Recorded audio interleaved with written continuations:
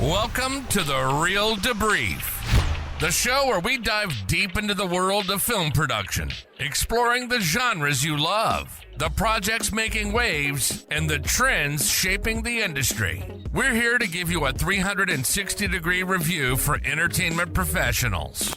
So grab your popcorn and get ready for some expert insights. And, well, the occasional bed joke from Talen. It's The Real Debrief. Now your hosts, Talen and Lisa. Hey everyone, welcome back to the show. I'm Talen, and as always, I'm joined by Lisa. Hey Talen. Hey everyone.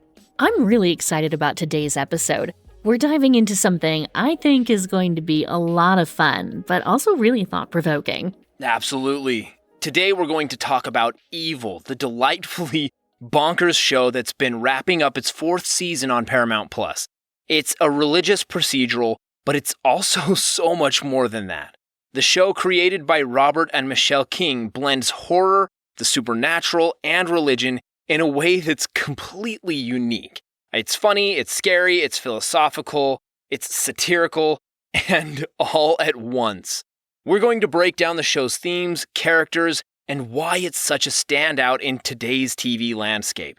And as the show wraps up, we'll reflect on what makes it such a special piece of television. Yeah, Evil is definitely not your typical TV show.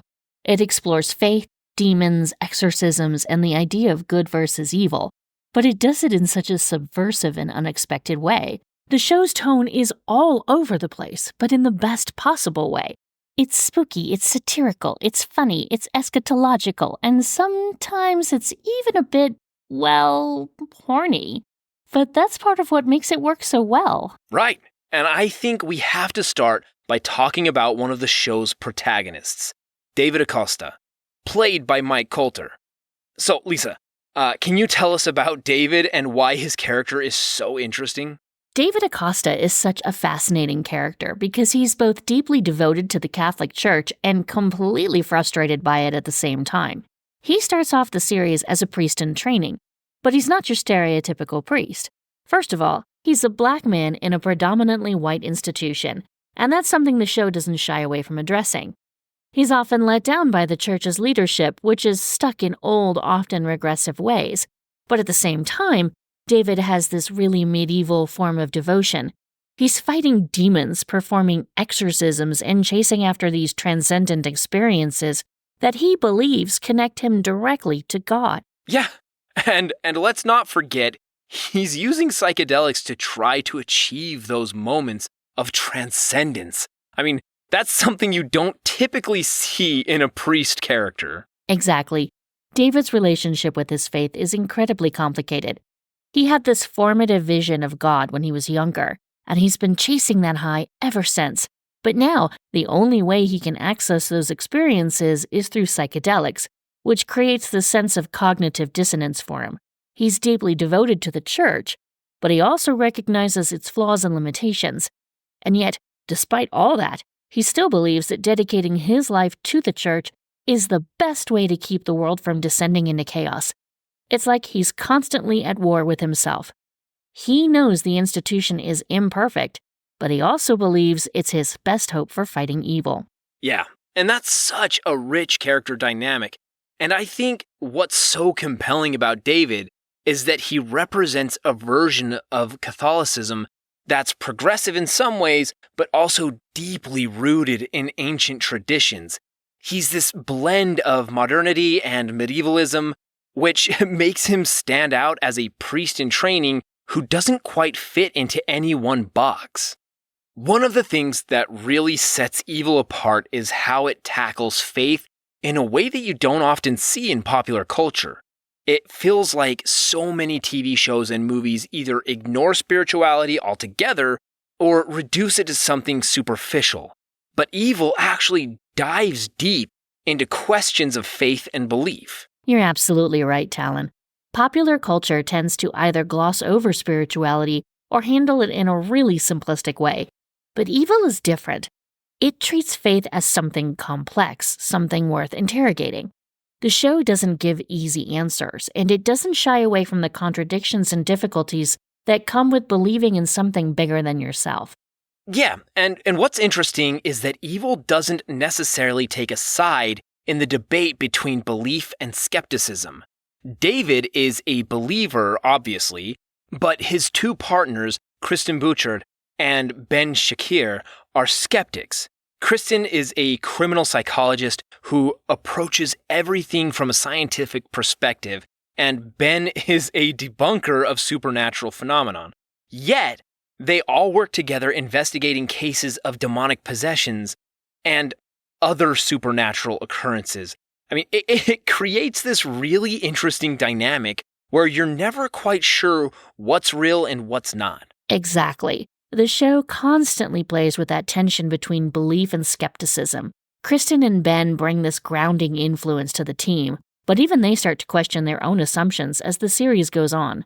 Kristen is a lapsed Catholic, and she's pretty cynical about the church, especially its treatment of women. And Ben, who grew up in a Muslim family but doesn't practice anymore, finds himself increasingly unmoored by the loss of tradition and the mysteries that science can't explain. It's like each character is going through their own crisis of faith in their own way. Okay, so let's shift gears and talk about the show's primary villain, Leland Townsend, played by Michael Emerson. I think Leland is one of the most unique and honestly terrifying villains on TV right now. Oh, absolutely. Leland is such a fascinating character because he's not your typical mustache-twirling villain. He's more insidious than that. He doesn't just commit acts of evil.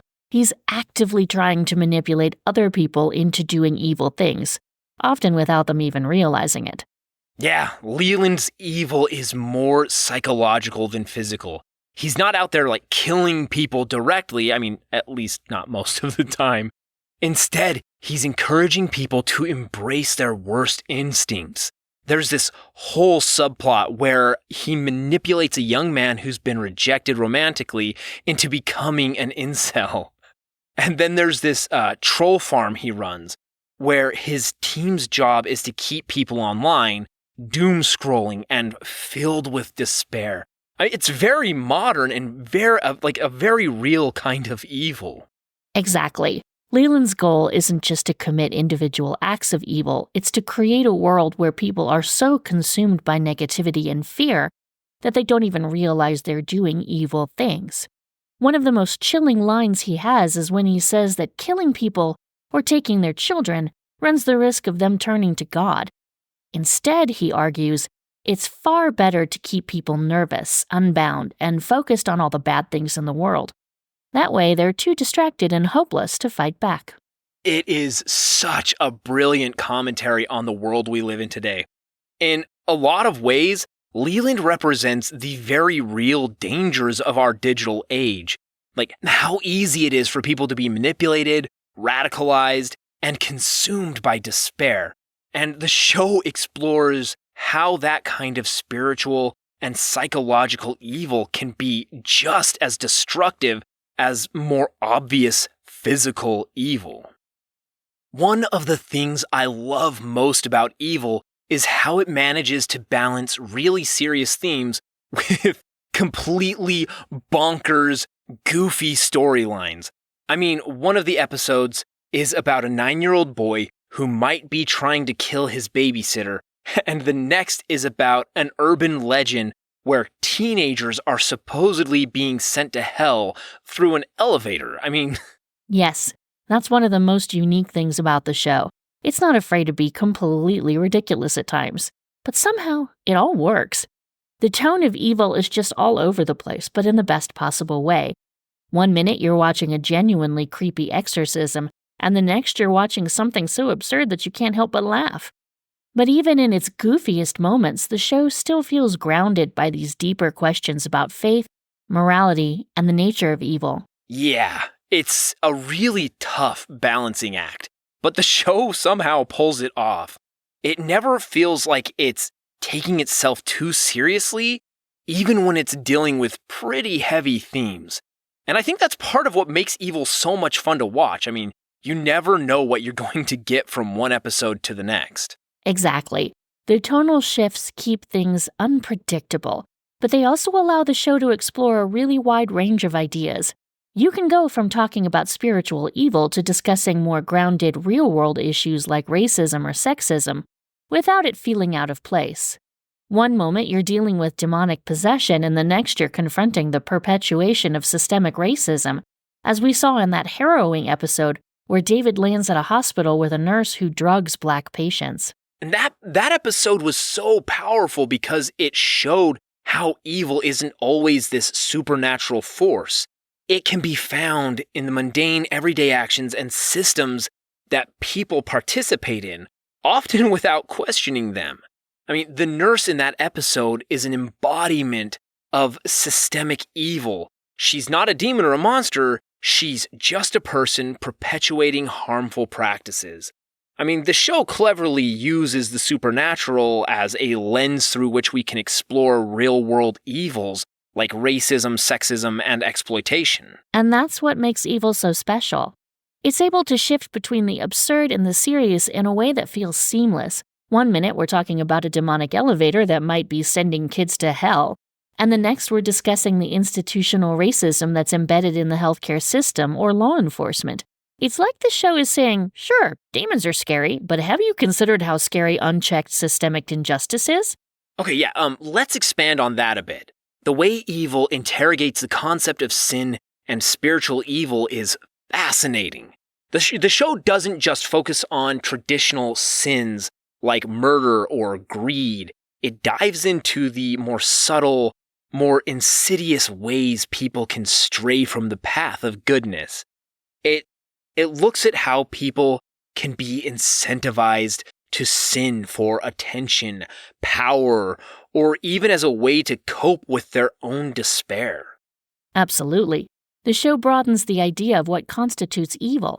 It's not always about grand theatrical displays of sin. Sometimes evil is something much quieter and more internal.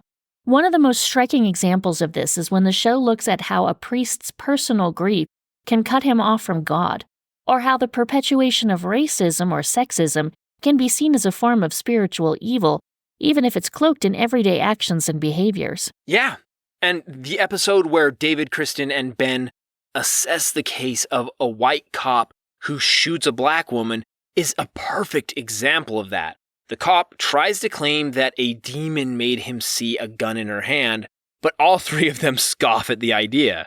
I mean, it's a clear commentary on how often people, especially in positions of power, try to deflect accountability by blaming external forces rather than looking inward at their own biases and flaws. That episode was so powerful because it flipped the script on the usual exorcism trope. Instead of dealing with a literal demon, the show is asking us to consider how spiritual evil can manifest in things like racism, institutional power imbalances, and personal responsibility. The real demon in that scenario wasn't some supernatural entity. It was the cop's ingrained racial bias, which led to a fatal mistake. Evil doesn't shy away from those uncomfortable truths, and that's what makes it stand out. And I think it also plays into the idea that evil can be something as simple as allowing yourself to be consumed by fear, despair, or hatred. Leland is a great example of that. He doesn't need to be some all-powerful demon. His real strength lies in his ability to manipulate others into embracing their worst impulses. He constantly encourages people to indulge in their fears and resentments, which is such a subtle but powerful way of showing how evil can spread. Now, let's talk about how all of this impacts the main characters, David, Kristen, and Ben. I mean, as the series goes on, you can really see how their work investigating these spiritual cases starts to take a toll on each of them in different ways. They're all wrestling with their own personal demons, in addition to literal demons they're chasing. Right. For David, the toll is really tied to his relationship with the church. He's already frustrated with the church's leadership, and as the series progresses, that frustration only grows. He starts to see that the church's reluctance to combat evil on a larger scale isn't because they lack the resources, it's because they lack the will. And that's a devastating realization for someone like David, who's devoted his entire life to fighting evil. His patience with the institution frays, and he's left questioning whether the church is even capable of standing up to the kind of evil he's fighting. Yeah, David's journey is heartbreaking in that way, because you can see how much he's sacrificed for his faith. I mean, he's a priest in training who truly believes in the power of the church, but he's constantly let down by its bureaucracy and its refusal to take decisive action. I mean, he's fighting literal demons, and yet the institution that's supposed to be backing him is more concerned with preserving its own power and status quo. Exactly. And then you have Kristen, who starts off the series as a skeptical, rational psychologist. But as she gets deeper into these cases, you can see her starting to unravel. She's constantly confronted with horrors, both supernatural and human, and it starts to wear her down. Her righteous anger comes out in really dangerous ways. As a mother of 4 girls and a wife with a frequently absent husband, she's trying to balance all of these roles while being exposed to things that would push anyone to the edge. Her sense of morality starts to blur as she justifies her own actions of violence as a form of female empowerment. Yeah, Kristen's journey is especially interesting because, like you said, she starts off so grounded in science and skepticism, but as the series goes on, I mean, she's absolutely forced to reckon with things that can't be explained through psychology alone. I mean, the toll it takes on her is absolutely profound, and you can see her struggling to maintain her sense of self in the face of these extreme circumstances. Exactly.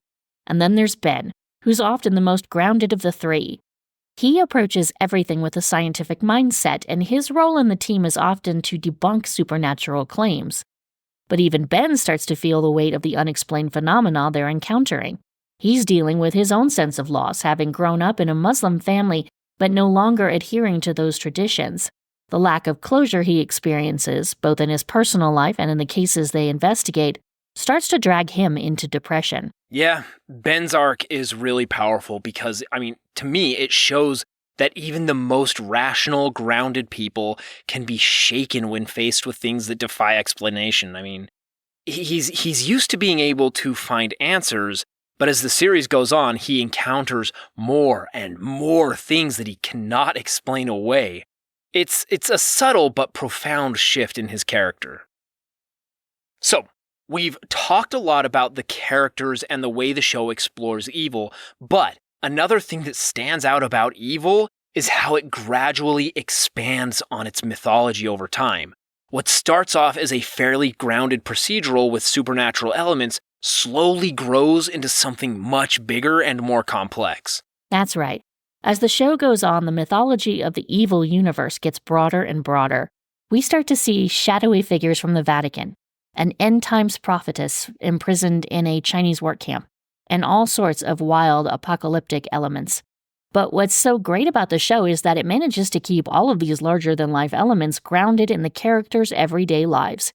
Even when the show is dealing with global, cosmic stakes, it never loses sight of the domestic realm.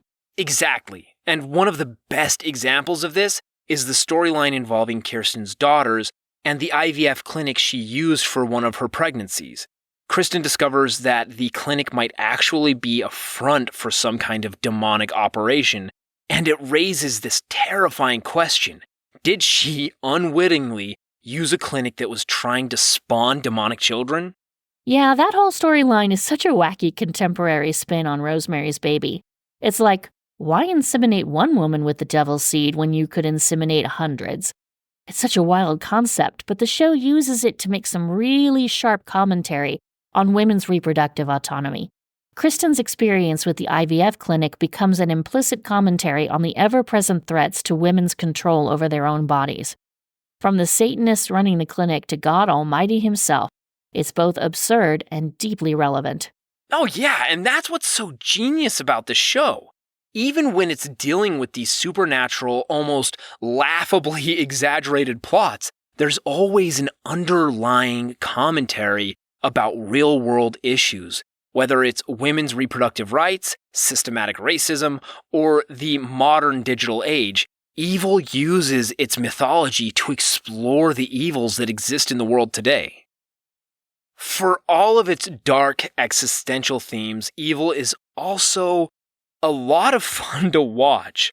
I mean, it revels in supernatural absurdism in a way that few shows do. There are so many moments that are just laugh out loud funny, and I think that's part why the show has such a dedicated fan base. Oh, absolutely. Evil knows how to have fun with its premise. There's this perfect mix of the occult and the mundane. One of my favorite examples of this is when a succubus visits Ben, and she has to remove her dental retainer before getting on with her succubus activities. It's such a small, goofy detail, but it's moments like that that make the show so enjoyable. Yeah, and then there's the infamous scene where Leland's bed literally catches fire while he's seducing Cheryl. The show isn't afraid to take these big, over-the-top moments and just run with them. But what's amazing is that even though these scenes are completely ridiculous on the surface, they still feel like they're rooted in the characters' emotional realities. Exactly. The humor and absurdity never feel out of place because they're always tied to something deeper.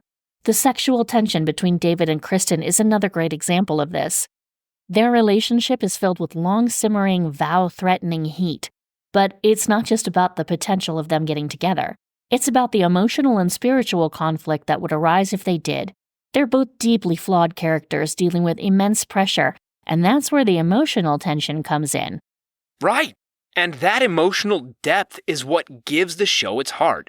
Even when we're watching something absurd, like Kristen discovering that Leland inseminated one of her stolen eggs to create what he believes will be the Antichrist, the show finds a way to make it resonate emotionally instead of immediately reacting with horror. Kristen imagines Leland having to change the Antichrist's diapers at 4 a.m. and just laughs.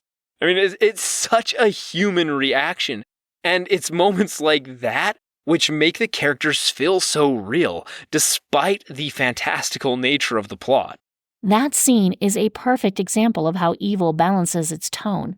It's a gross violation for sure, but Kristen's response, laughing at the thought of Leland getting stuck with diaper duty, is so cathartic. It shows how humor can be a coping mechanism, especially when dealing with something as bizarre and horrifying as having your eggs stolen to create the Antichrist. The show is constantly finding ways to undercut its own seriousness with humor, and it works brilliantly. Okay, so we've talked a lot about what makes Evil so special, but we should also acknowledge that the final season felt a bit rushed, right? I mean, it wasn't originally intended to be the last, and you can feel that in the pacing.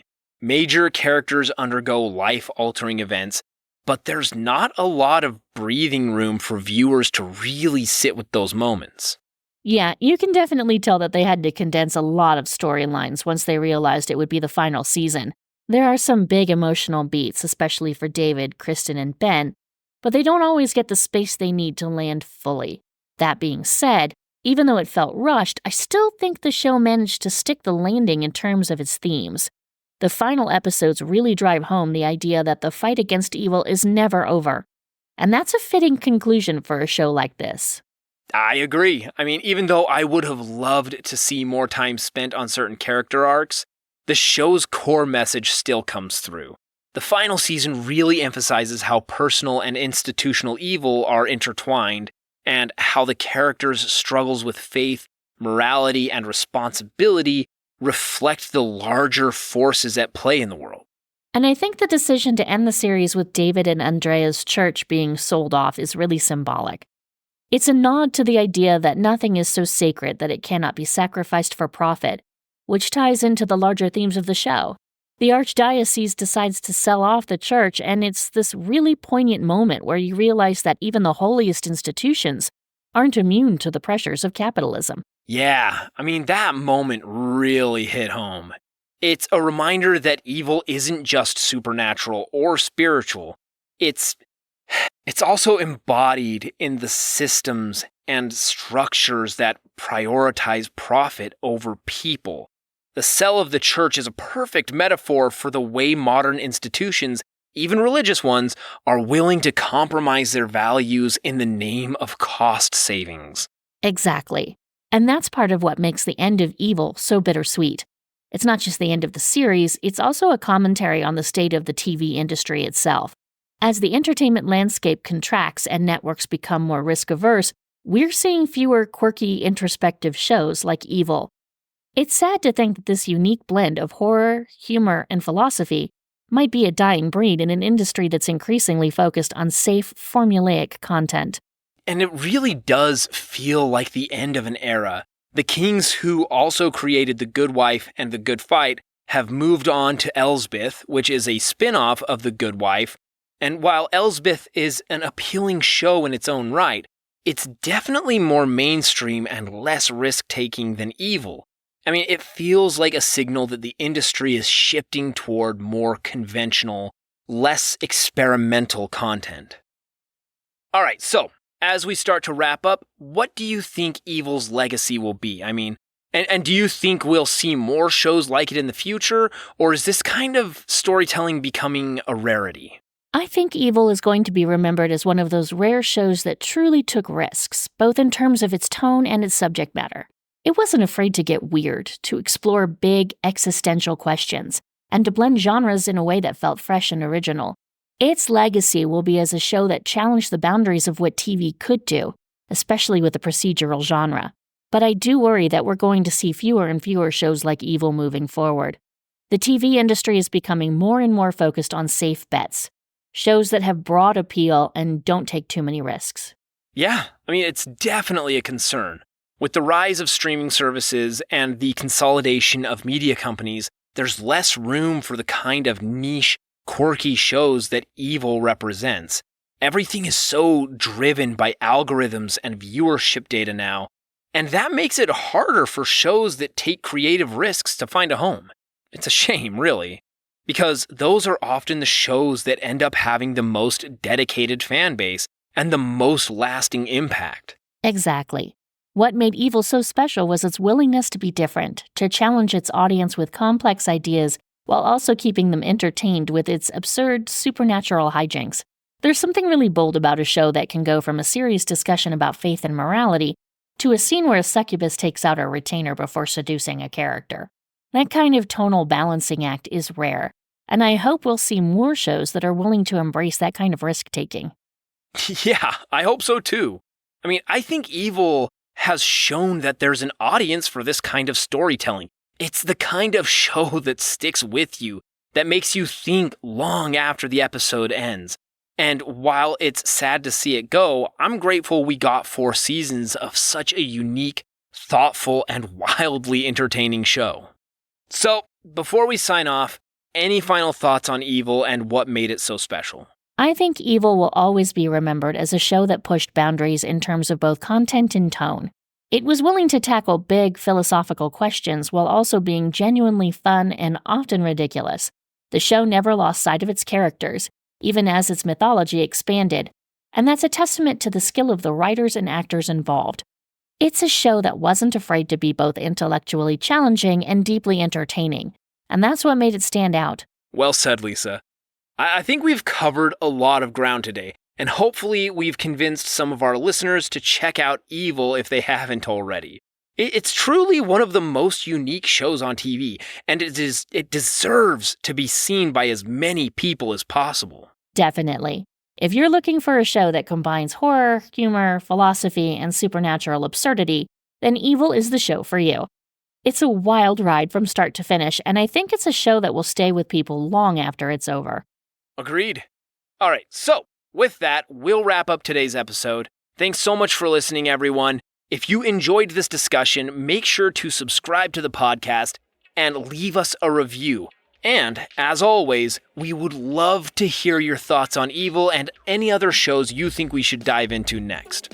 Yes, let us know. We love hearing from you. And thanks for joining us today. We'll catch you next time. And until then, keep questioning the nature of good and evil. And maybe check your elevator before stepping inside. Good advice. See you next time, everyone. This has been The Real Debrief. We hope you've enjoyed the show.